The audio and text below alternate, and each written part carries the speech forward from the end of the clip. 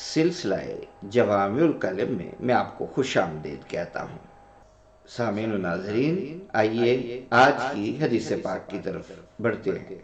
عن اسامہ بن زید رضی اللہ تعالی عنہما قال بعثنا رسول اللہ صلی اللہ علیہ وسلم في سرية فسبحنا الحرقات من جحينة فأدركت رجلا فقال لا إله إلا الله فتعنته فوقع في نفسي من ذلك فذكرته للنبي صلى الله تعالى عليه وسلم فقال رسول الله صلى الله تعالى عليه وسلم أقال لا إله إلا الله وقتلته؟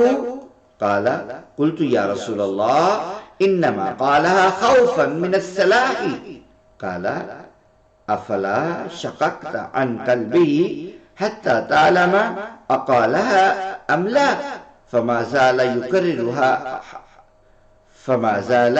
يكررها علي حتى تمنيت أني أسلمت يومئذ۔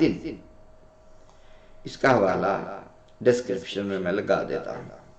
حضرت اسامہ بن زید رضی اللہ تعالیٰ عنہ سے روایت ہے کہ رسول اللہ صلی اللہ علیہ وآلہ وسلم نے ہم کو ایک سریہ میں روانہ فرمایا۔ ہمارا قبیلہ جحینہ کی ایک شاخ حرکات سے مقابلہ ہوا۔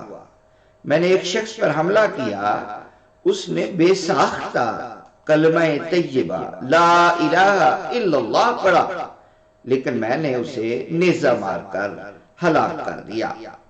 پھر میرے دل میں یہ بات کھٹ کی تو میں نے حضور نبی اکرم صلی اللہ تعالی علیہ وآلہ وسلم سے اس کا تذکرہ کیا۔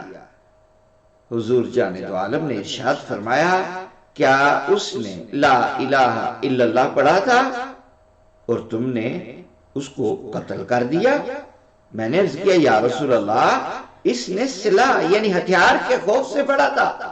حضور نے فرمایا تو تم نے اس کا دل چیر کر کیوں نہیں دیکھ لیا کہ تم جان لیتے کہ صدق دل سے پڑھا یا یوں ہی محض خوف سے۔